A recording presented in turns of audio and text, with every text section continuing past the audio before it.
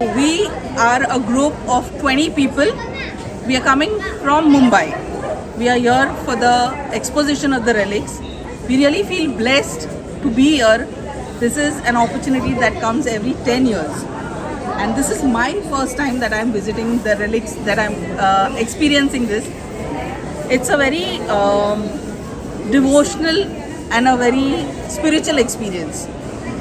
We are the East Indians of Mumbai, the original inhabitants of Mumbai, and this attire that you see is basically the material. This cloth is used in making a sari, which is called the lugra, which is draped by the East Indian women.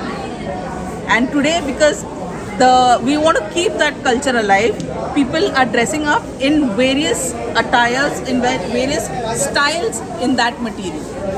So the experience that we had today here, the East Indian Marathi Mass that we had, was a very good experience. We thank you all, the Goan Church, the diocese, for allowing us to have this Mass here.